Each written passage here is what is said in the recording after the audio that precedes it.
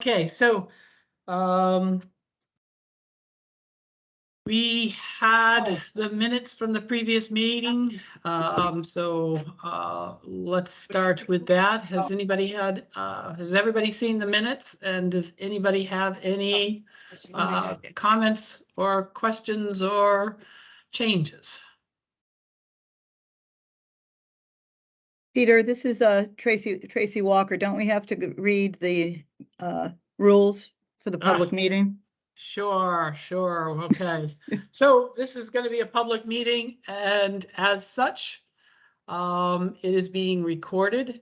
It is a public meeting so that people can be listening in, but there is no public comments or questions. If people have comments or questions, they can go on our website, and we have a email address that people can submit to that, and those will be answered at that time. We ask that you are answering questions that you say your name first so that you can identify who you are when you're talking to somebody or talking to us. And I should probably start that I'm Peter Mason. So even I have forgot about doing that. So with that, we'll go back to the minutes. Anybody else have any questions, concerns regarding the minutes?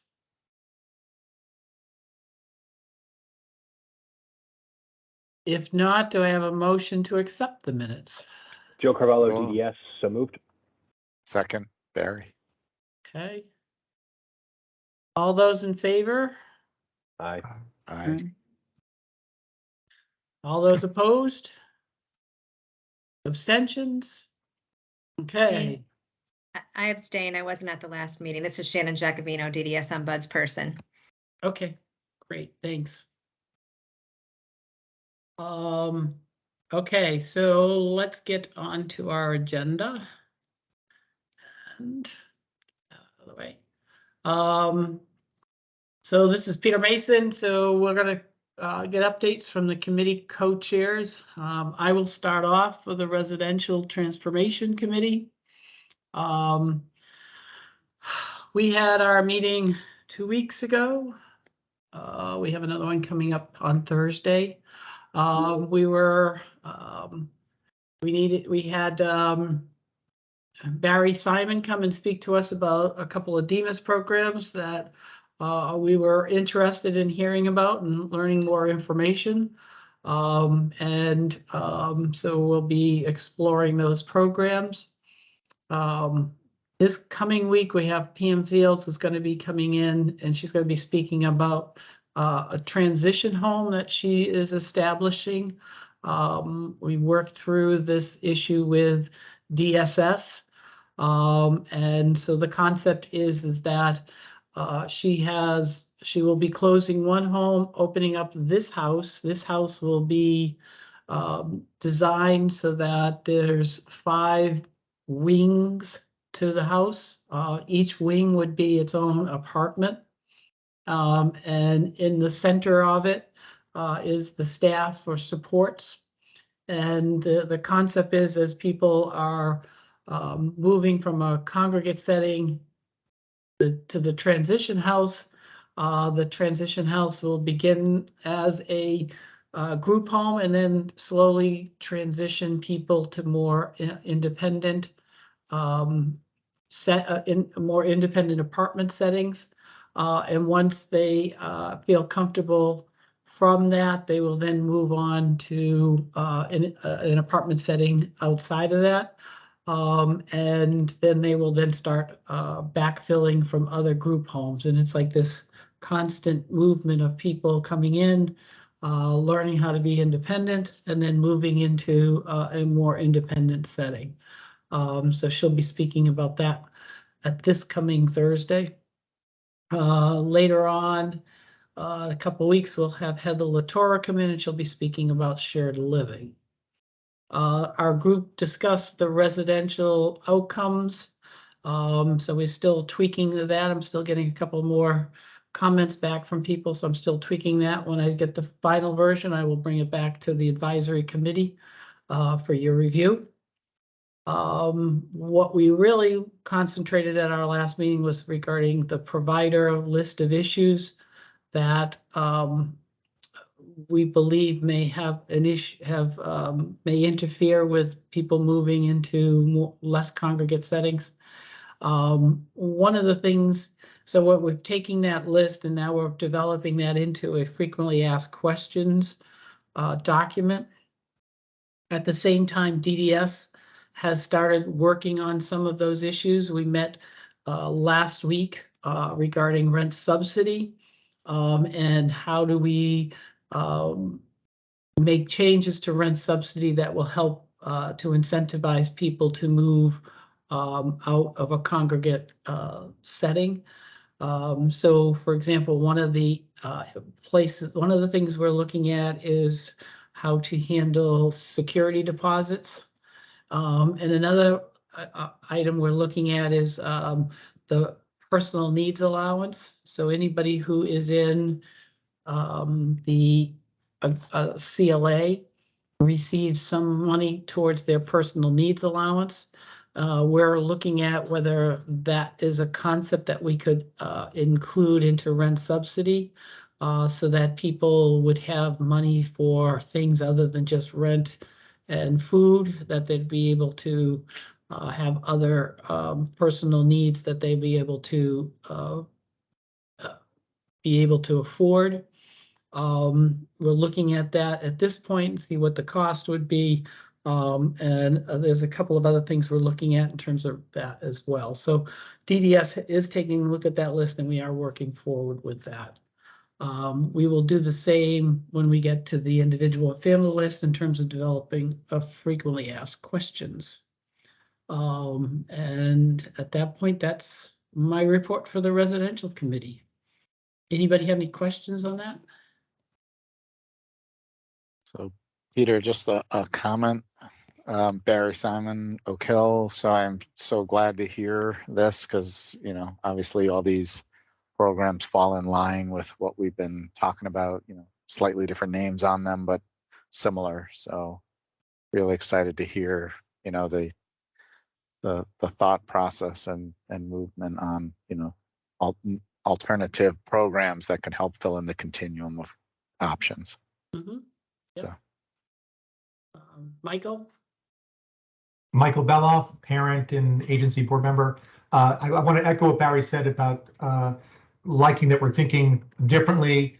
I would say one thing to keep in mind as we're designing things like how to allocate for the personal allowance when people are in independent living is this should be designed not just for when we're transferring folks from a more restrictive environment to less restrictive, but people who, you know, for new people who get residential funding, or for families that are looking to figure out how to get their kids independent and cobble together different residential funding that may be available to them, that this should be for both, whatever is designed should be for both people who are transitioning, but it should be the same rule for people who are then getting residential funding because either they've repatriated back from an outplacement at 22 or because their parents have passed away and they're assigned residential funding. It should work both ways.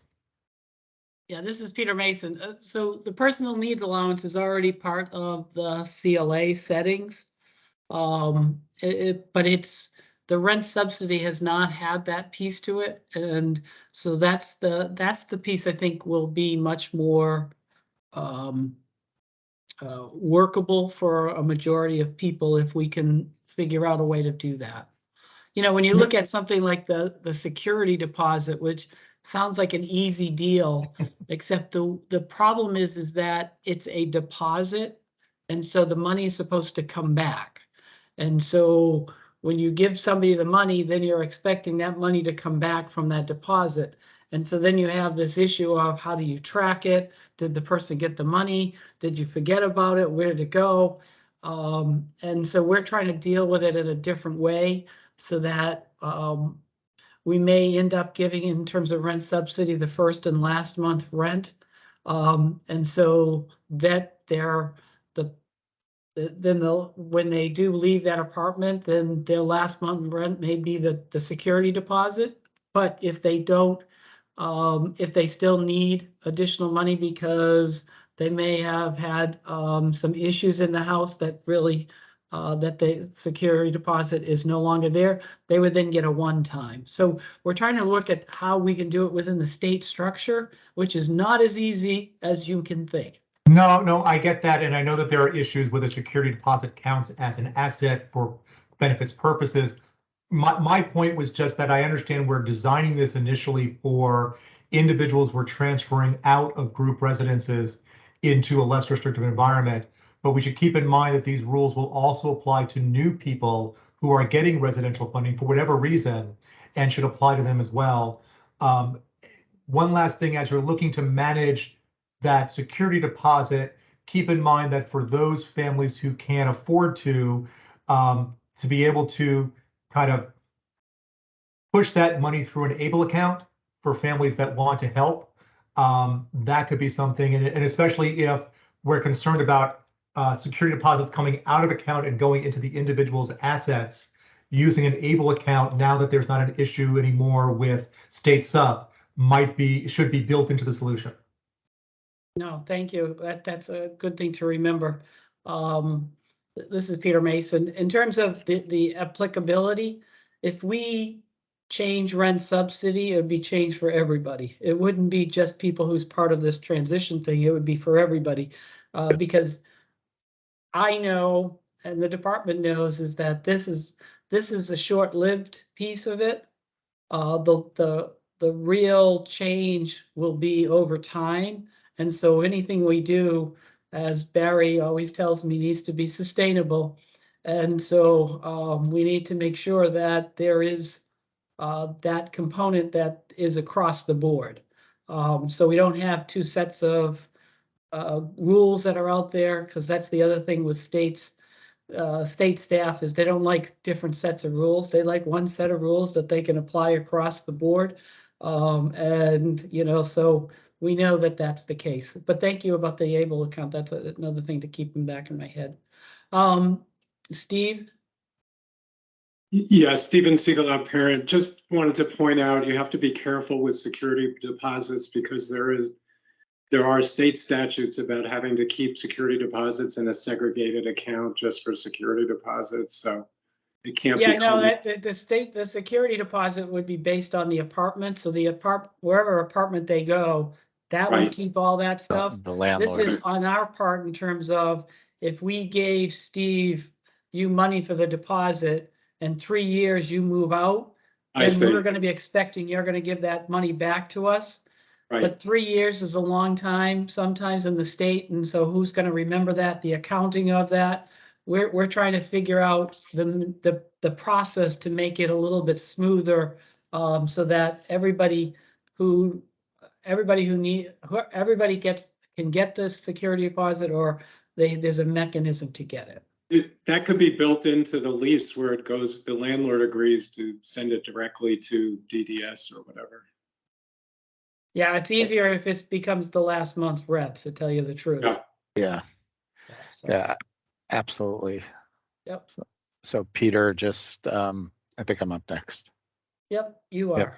So thank you, Barry Simon O'Kill. Having lived through this, couple of words of wisdom. Build into your system, getting people onto the Section 8 waiting lists right out of the gate, because it will be years, if not a decade, before that comes to fruition. But it is a game changer for the individual when it does happen. Second is that you got to be working with SSI, SSD as a component of what they're paying, you know, rent and eligibility, and depending on what kind of an apartment they move into and all those kinds of things. And then lastly, I would just suggest you consider the deposits gone. It's going to be a whole lot easier because most of the time they are. That's just the reality of landlords and how it works. And you know, occasionally you will get them back, but more often than not, you won't. So just I know that, but it's just Yep. with state auditors, if you call something a deposit, they're going to be wanting to get it back.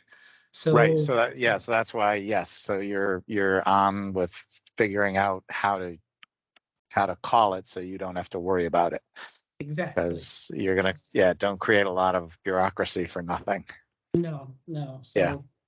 So anyways, it's, I guess my message is that this DDS is trying to work through this to make sure that this is, if this is where we need to go, we need to make sure we're resolving these issues so that it becomes something that people want to do and not have to fight through the system to get to do it, so. Yeah. Anybody else have any questions on that? Right, if not, Keith is not here, so we're gonna move on. I wasn't able to get his update from him. I know that they worked on some of the outcome stuff, but I didn't get a lot of the feedback from him. So we'll make sure the next meeting, we'll make sure we get all that. Greg is here, Greg or Shannon, regarding the individual and family engagement and where we're at. Hi, this is Greg McMahon from DDS. It's probably a fairly short update from the Individual and Family Engagement Committee. We met and have worked through a letter, a document for individuals and families that's going to go out to everybody that introduces ARPA to the larger mass of folks we support. As this is moving forward and agencies are beginning to express interest in participating in the initiatives, we felt we needed to get something out so that people have heard the term ARPA and a little bit about what it means. More specific information and probably more complex information will come out as we move forward. So that has been the draft of it was approved, amended and approved at our last meeting and should be going out shortly to families. So they will have heard of ARPA and have a basic understanding of what it is. And our next project for our committee is to begin to look at our program descriptions of each of the residential and day options that people have and to present them in a straightforward way that explains what the service is, what the benefits of participating, what some of the challenges may be, looking at a multi-mode way of presenting that. So what we're doing in our next meeting is presenting our first service type, asking for feedback on how our waiver describes it and how it might be better described to people we support. And then to begin to prepare a document to where all service descriptions hopefully will be in one place in a clear and understandable manner for stakeholders involved. So that's our next plan. So that's where we are. Shannon, if I missed anything or you have anything to add? I guess I would just add that we also met with Deloitte and gave feedback on the stakeholder sessions. And, the committee felt very strongly that there needed to be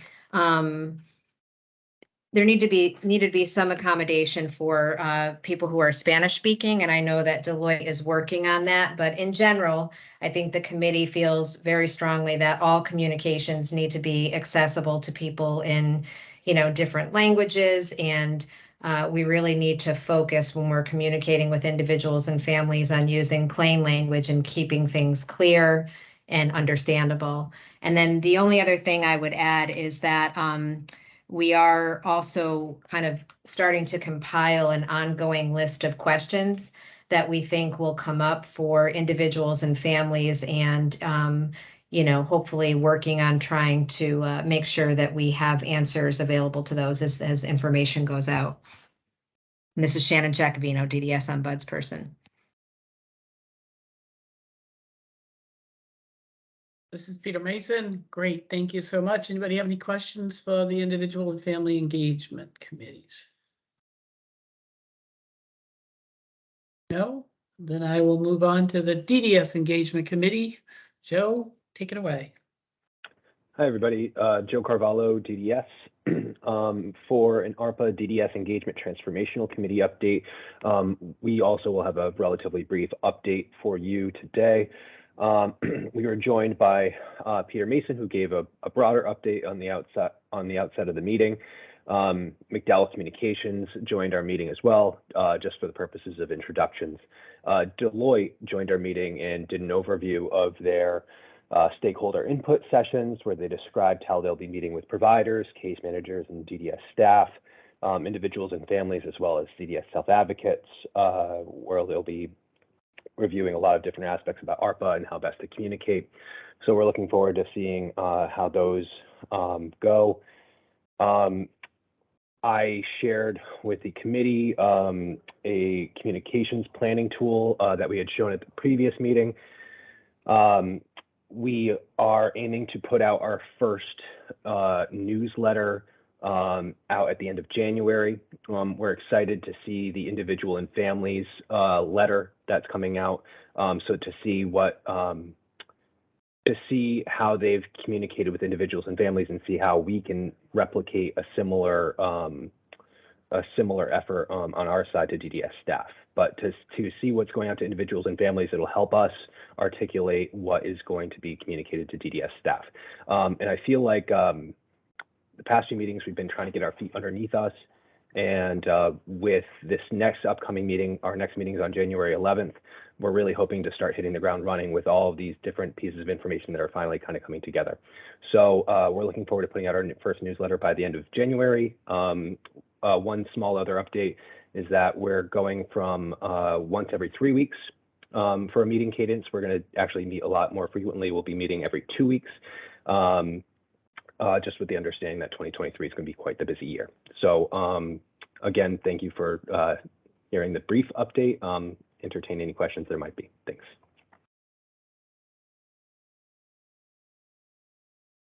Anybody have any questions? Okay, great. The only thing missing on that report, Joe, is your Fred Rogers sweater. I don't know what happened to it. I didn't want to distract from the meeting, Peter. I'm very sorry. Joe Carvalho, DDS, without a Fred Rogers sweater. Thank you. Okay, so I'm going to turn this now over to Bella, to discuss Deloitte and where we're at and what's happening. So we've done a couple of things, I think. This is Betsy Bella Deloitte.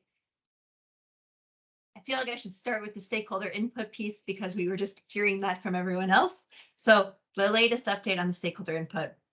We're adjusting so that we are planning to add a Spanish language input session. This is tentatively for January 19th. The plan is to communicate that out through case managers, since DDS doesn't maintain a list of languages spoken by individuals on their pieces. So then we are adjusting outreach as a whole. All the sessions are in January to allow for more time for outreach. For individuals and families, we're starting with DDS social media to cast a broad net, and then following up as needed based on what we see in the registration numbers. And then for the providers, the plan is to have representatives of providers that fall under the Alliance and fall under the ARC of Connecticut, and then reserve spaces for providers that are not affiliated with either. The idea here is to really make sure that DDS does not be, and certainly not Deloitte, does not become the decider of who is in these sessions, while making sure to have a broad, open environment, given the small size of the groups. So we are still targeting 20 participants per group to allow for active, engaged feedback. The kind of groups sessions we're trying to hold just won't work with larger groups. Because it really, to make sure there's time for people to share and to really get into that qualitative discussion, particularly when we're talking about individuals, families, where we also want to make sure that we can move at a pace that's appropriate for our participants. Any questions around stakeholder input?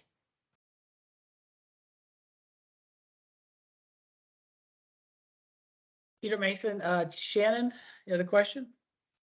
Yes, this is Shannon Giacomino, DDS Ombudsperson. Hi, Betsy. I guess I would just say that I would recommend that in addition to getting the information out through case managers, to try to also get it out through other channels, such as advocacy organizations and making the information shareable on social media. I just kind of feel like we want to try to do the best that we can to get the information out as far and wide as we can.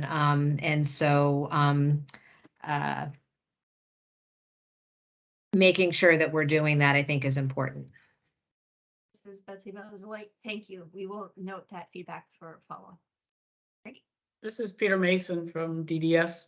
So Shannon, just so you know, we are looking at posting these on our Facebook and our Twitter accounts to make sure that that gets out to places. We'll also be talking to the ARC and CTFSN for their input as well. So we are going to try to do that and to see, you know, to try to get a broad group of individuals out in the community. The reason for the Spanish group is, as Betsy said, we don't have a thing that's a place that says the family speaks Spanish only. We don't have that. So there's no, that's why we have to go to the case managers at that point.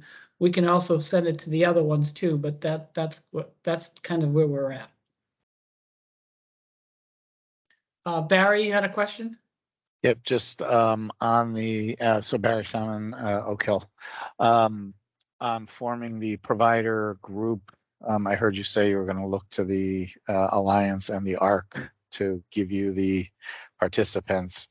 I know because this went around last time, just make sure that there's an awareness of two things. One is the ARC members are members of the Alliance, and that the two groups are vastly different sizes. So one group you have 130, 140 members, and the other one you have, I don't know, 10 or 15, Shannon, if you know the exact number.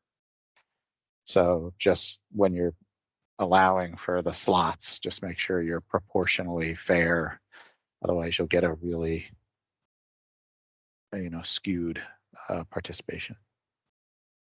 Thank you. We'll take that into account. Yeah, we also have to make sure that those agencies that don't belong to either one have a chance. Get a slot. Yeah. As well. So yeah.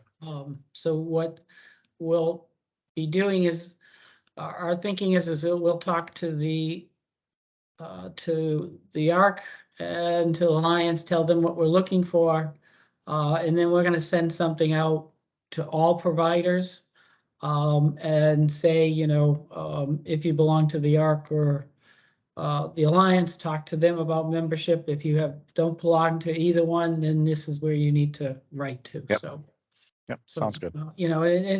It's not just what affiliation they have. We have to make sure we have small, large, rural regions, all that stuff we have to look at because, they all will have different takes on where to go from there.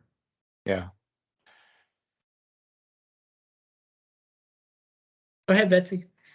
Betsy Bella-Deloitte. Oh, here comes the ARC of Connecticut. I was speaking about them. All right. So then on the phase 1 update, we have, as a reminder, or for folks who weren't able to join last time, there's an interest survey that's gone out to the providers asking them to indicate if they want to participate in this first wave.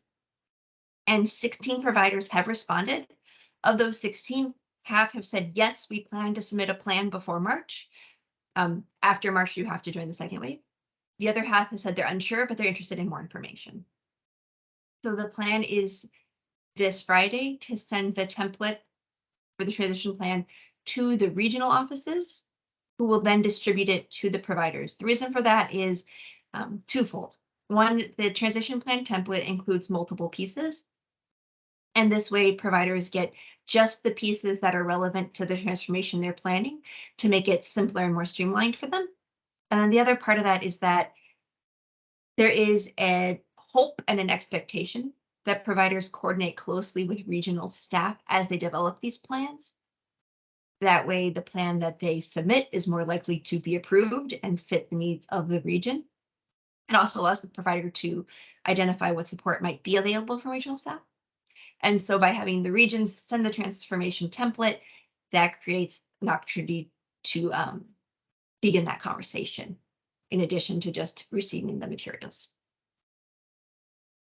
So we are going to send a follow-up encouraging additional responses to the survey early next year. But the original deadline to respond to the survey was for this Friday. However, again, like we noted, the deadline in terms of wave one is just through the early March. So 16 is not a bad number if that's the number who participate in this first wave. Again, we're expecting a much smaller group for the first wave and then a larger group for the second wave, and have that opportunity to treat this as a pilot.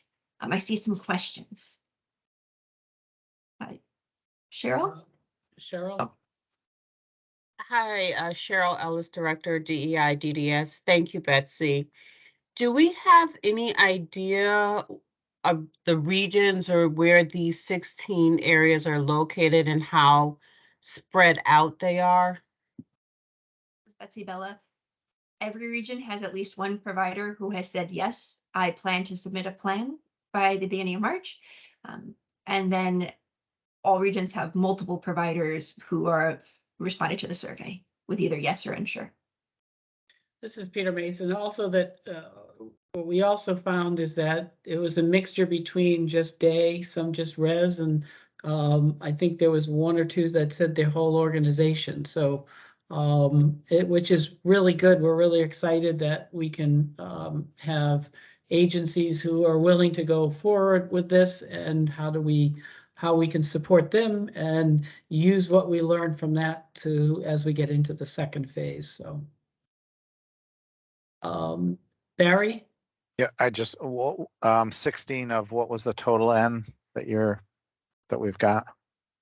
This is Betsy Bella. So the total N would be all of the providers in the state. The communication was sent, so the communication was sent out. So this is just how many plan to participate in it as a whole. Barry, are you asking how many agencies? Yeah, how many agencies did that letter go to? More than, or? So it would have been about 200 Thank you. agencies. Yeah. Okay,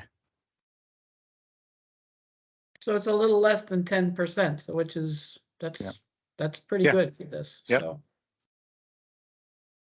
And then you have to remember a big portion of those who are on, especially the individual budgets, those are smaller agencies. And those agencies don't have congregate settings for the most part. So even though they got it, they wouldn't have a congregate setting that this would apply to. Yeah.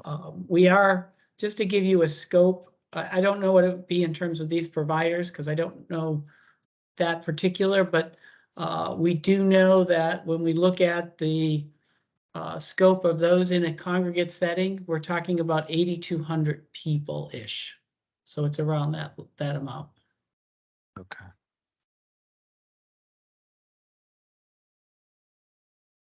Betsy Cheryl, Bella. do you have another question?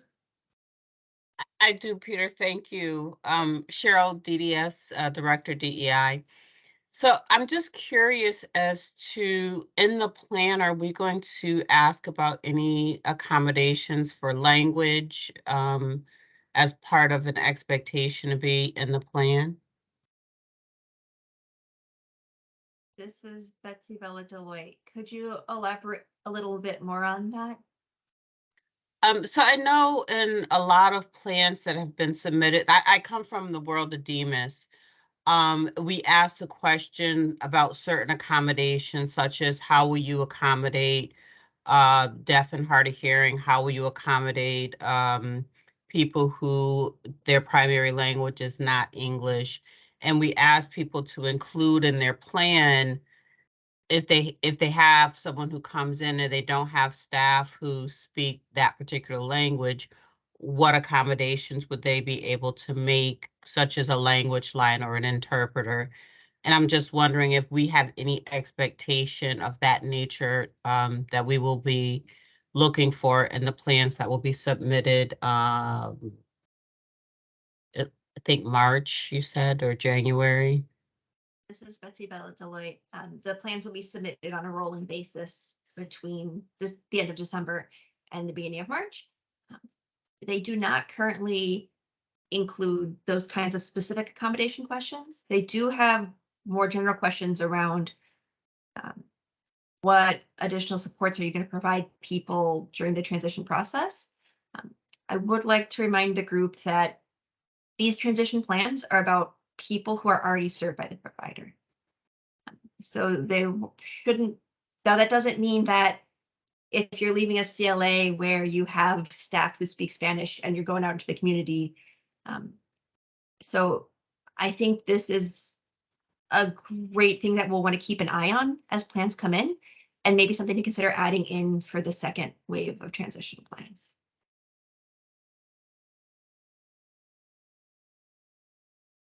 Thank you.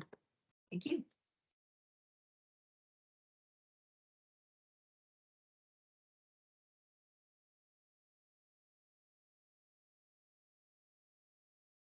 Let's see. Okay. And, go ahead, Betsy. Betsy Bella Deloitte. So then we also wanted to give an update on the current state assessment. We are, it's being reviewed by DDS leadership, and we're going to make some updates, add some additional information, and share the full report in January. So you can look forward to it coming soon. Based on the findings and the timeline complications of what it takes to get waiver services changed and approved by CMS, the report is not recommending the addition of any new services as part of this current transformational initiative. Instead, it's providing potential approaches that fit within current waiver definitions. So this includes things like approaches for service deliveries, for example, supporting moves to the community through remote supports to help individuals find that balance between support and independence, right? We know some providers in Connecticut are already doing this, some providers in other states are already doing this, but how can DDS support more to move into that, making it more available readily across the state? It also includes potential enhancements at the DDS level, such as improvements to data collection or methods to support and motivate providers. For example, in Missouri, their Empowering Through Employment initiative tracks data and set a baseline for that, and then set a goal. And any provider who exceeds this goal in terms of moving people into employment receives a designation from the state, which then allows people, as they're choosing providers, to say, oh, this provider is really good at helping people move into employment. It creates more informed choice. And it's also actually motivated a lot of the providers in Missouri to push harder on these goals, to stay motivated, to try to provide these services so they can have that designation, and they've seen a lot of success with it. There's also looking into ways to support success for the transformational program. For example, and you've seen this in some of the concerns coming out of the family committee, and then we also heard it echoed in other states, but concerns about how do people access services if they can't get the information they need from their case managers. So looking into approaches to improve the information available to case managers, improve the training for case managers with a specific eye to the transformational process so that they can continue to fulfill their role in guiding, planning, and providing the information to individuals and their families. So those are just a couple of highlights. There's a lot more in the report. That's part of why it's taking us a while to get the feedback before we can share it out more broadly. But then the plan is in the stakeholder input sessions, we'll be gathering feedback and input. They're going to help inform DDS's decisions on which pieces and elements they really want to move forward. So I'm looking forward to hearing from you all once you have a chance to take a look. And those are the big updates of what's been happening on the Deloitte side. Peter, anything you wanted me to add? Not right now. Anybody have any more questions for Betsy? Michael? Michael Beloff, parent, agency board member. Betsy, I just want to get some clarification. You said we're not looking to add new waiver services is that because you believe that any new innovations that we're seeing from other states can be incorporated within the waiver services that we have? Betsy Bella Deloitte. Michael, I'm so glad you asked that question. Yes. So it's the twofold. It's that we do feel that given the range that's available within Connecticut's waiver services, the services can be accommodated within them. And then, there's a few tiny things like maybe enhancing benefits counseling, but depending on what it would need in terms of updating the waiver service at this time as part of moving on, not a recommendation, be given the timelines. Michael Bell, parent, and I like that. I know that, there are some, right now we don't have the WIPA benefit counselors that some other states have. And I know that's being contemplated in other areas of the state. I think benefit counseling is something that could be drastically improved here in Connecticut, especially as we're pushing more and more individuals to have some type of paid employment. Betsy Bella Deloitte. So yes, absolutely. So we're looking into, are there elements it can fit into within some of the job supports without, infringing on the Bureau of Rehabilitation role, and then also coordination between the organizations. And if there are new programs that don't fit our waiver, we will look to see how we can bring those forward through the waiver amendment process. But that's a time-consuming thing, so we want to make sure people don't think that can happen overnight. It's a multi-month, sometimes up to a year, to get through the whole process. So we wanted to make sure that's not something we're discounting. We just want to be realistic that some of these things we wouldn't be able to set up right tomorrow, because it wouldn't be something that we could do that would be waiverable. And so, we need to make sure that we're looking at stuff that can be done now, and then not to discount what we can do for the future. So it's kind of a dual role there.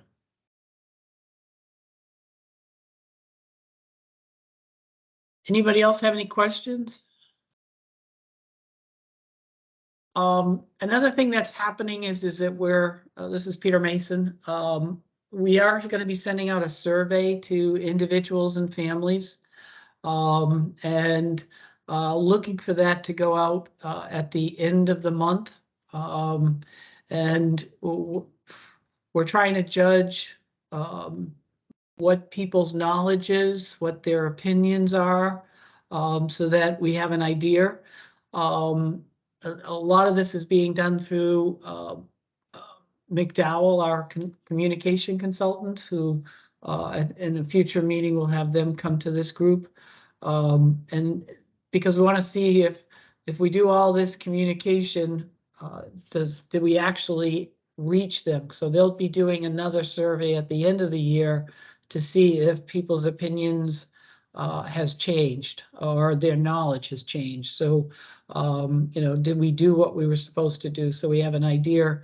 Did this work? This didn't work, and so we can move forward with that. So, so those of you who work with families, you may hear something about the survey, and I'll speak with McDowell as to how providers would be able to know what's happening. So in case they get questions, they'll know what this is all about and stuff. So anybody else, any questions? All right. Let me look. I think we have.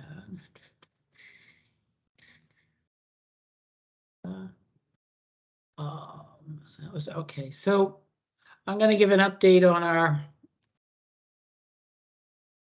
on the whole initiative, and so we're moving forward with our assistive technology piece. We'll be doing, and then it should be coming out the first week of January, another round of grants for AT equipment. It will be for individuals and for providers. We're going to be doing this one more on a rolling basis. Last time we did set amount and then it's ended. We're going to try to keep this one going a little bit to allow people to think about what they need and submit that on a rolling basis, so we can kind of keep that going as long as we are able to do that in terms of the funding that's available. Let's see what we got.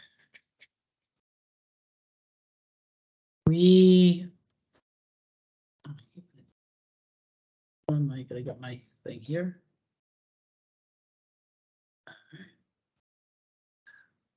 Let's see. We've done a lot of purchasing for our respite centers to assist individuals who are using the respite to start to learn how to use assistive technology. We felt that that's a good way. As people come in, they'll be able to experience assistive technology while they're doing respite. We're doing an AT&Me project. It's called AT&Me, where individuals with our self-advocates will be working with individuals to teach them about technology, and they'll be coming in with a backpack of items that they'll be able to show them how to use, and then after they've trained them, they'll give them that technology. So whether that's a laptop or a tablet, just to get them so that they are able to see what this is about. We're in the process of working through the ordering process, and we're got that ordered, and now we're just trying to wait for it to come in. The supply chain's not helping us, but the individuals will be educated by the self-advocates. So we felt that that would be a good way to get people to see how this works. We're looking at doing additional DDS staff training to allow them to get more training in terms of assistive technology. At the same time, we're looking at an announcement to go out regarding training for provider staff. That was supposed to go out last week. I'm not too sure. Did you guys see that go out? If not, I'll have to find out what happened. Okay, but that should be coming out shortly. We're looking at working with the Connecticut Tech Acts in terms of the lending libraries, to how we can expand the lending libraries so that more people could experience technology without having to pay for it up front. And let's see. We're still working on our RFP for virtual training, virtual reality training. The idea here is that individuals would be able to experience training opportunities virtually. So for example, they would learn how to do travel training virtually. And so that when they actually go to experience it in real life, they'll have seen this in advance, and people can help them work through some of the issues. So we're pretty excited about that and trying to get that out there and going. Let's see.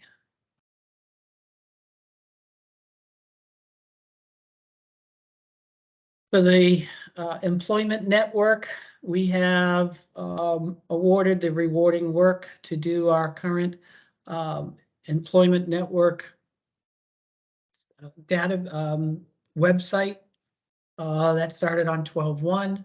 They're working through that to get that, so to assist families who self-direct to match with to match with staff, potential staff. And right now, that's our short-term solution. We're also working with our state partner, DSS. They have a program for self-hired staff. And we're working with a on a larger RFP that would then be able to support both the DDS and DSS individuals who self-hire. The other piece to this is looking to see if they, as part of it, to develop a backup emergency staffing piece to this, which has been a need for individuals. And so we're trying to figure out how to work through that with our contractor, or when we send out with that with the RFP. Deloitte's working on outcome-based incentives. So as they finally move through this, they'll be working on an outcome-based approach that we're looking at other states, how they do outcome-based payments. And so we'll be looking at that, and they'll be making recommendations as to how to move forward with an outcome-based payment process. We're in the middle of developing a notice of opportunity to expand supportive housing. We're looking at doing it with projects, apartment complexes that are already been built. What we've done previously has been for those that are being built now, and it usually takes 2 years to come up online. Right now, we're looking for a non-project based approach. So it'd still be a supported living model, but it would be in an existing apartment that's already been built. And we know that this may be a little bit more innovative. I don't know how many other places are doing this, so we're trying to figure out what the process is and how that works.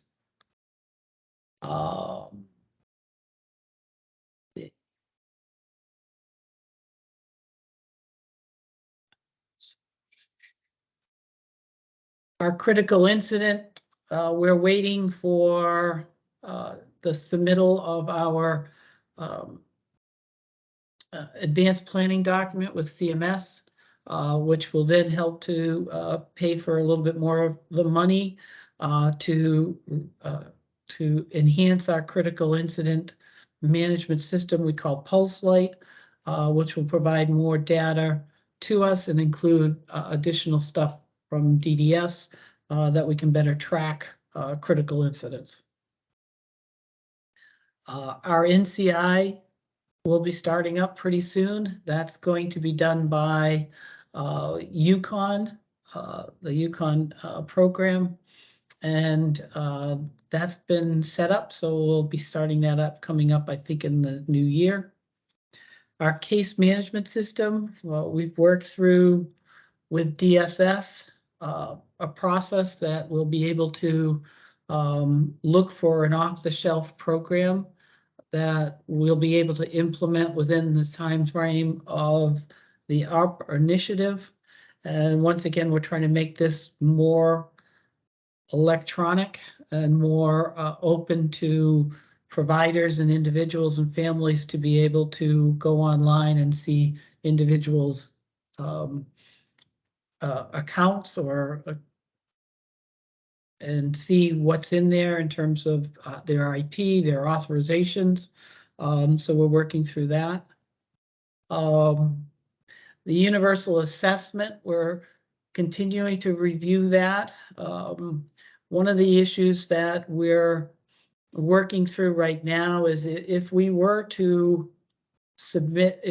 move to a universal assessment, how would we structure that? Right now, as you know, our lawn's done by our case managers, and the universal assessment takes, especially the first time, considerable more hours to do, and there's a lot more training to it.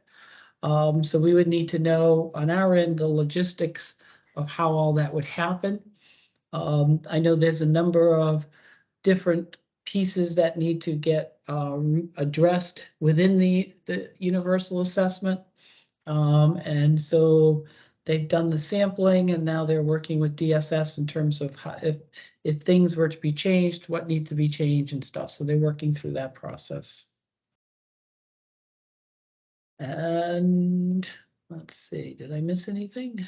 I think that is everything.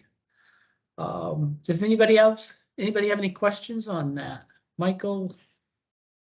Michael Beloff, parent. I'm not sure if this fits in, and forgive me if I'm behind the curve, but as we're looking at technology for training for both, DDS staff and agency staff, and things that can be done perhaps remotely, certainly for doing the VR training for participants, if there's a way to kind of put in the med certification as a virtual training for staff rather than having to go up to Hartford, I think that would vastly improve the outcomes at agencies and getting more people med certified, especially as we're looking towards remote trainings and things like that. I know that they're constantly looking at the med cert program and how to do that. But if we're looking for remote training in general, that should definitely be part of the process. Yep. Gotcha. Barry? You're on mute.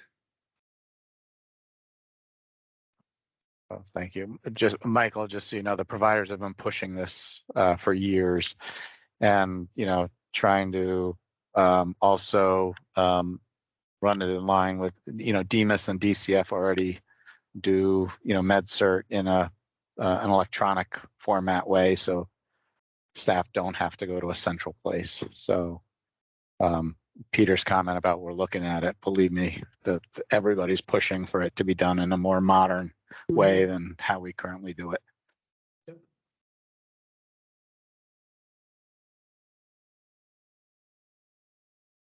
Any other comments? Shannon? This is Shannon Jacobino, DDS Ombudsperson. I just wanted to make the comment that to say thank you. There are a lot of balls up in the air right now, and there's a lot happening, and I think it's very exciting. And our job is to be critical, but I just have to say, hearing you lay it all out, it is very exciting, and I'm proud of what Connecticut is doing. Thank you. Yeah, it's a lot of work. We here focusing in this group about the transformation, but there's a lot of other pieces that are out there that we're trying to work at the same time. And sometimes it feels like I'm not getting anything done, and then you start hearing it, and there's a lot more things getting done than you think. So it's good. So thank you for that comment. Anything else? So we have a meeting scheduled for the 27th, which no one's going to be here. So I suggest that we cancel that that meeting and do it on the next one, which I think is the, what's date that then? The 10th, I believe. So it'll be the 10th. So we'll do that, go to the 10th. And at that point, we'll be looking to see if we can get McDowell to come and present on this one. And depending what's happening with Deloitte, there may be some additional pieces that may come out at that point, so we may have them as well.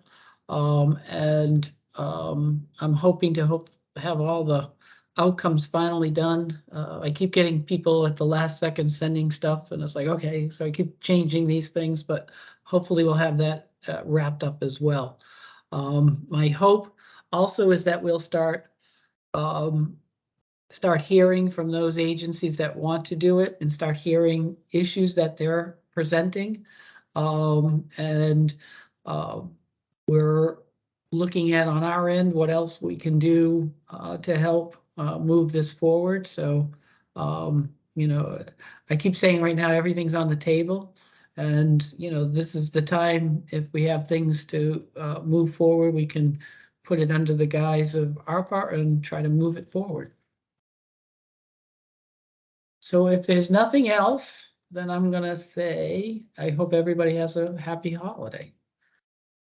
And if anybody's looking for me, I will be off the next 2 weeks, so. So you won't find me. This is Shannon Jacobino. I think we have to make a motion to adjourn, so I'll do that now. Great, thank you. Second. Great. All those in favor? Aye. Aye. Great. Thank you, everybody. Happy holidays. Happy Happy holidays. Thanks, holidays. everyone. Thank you.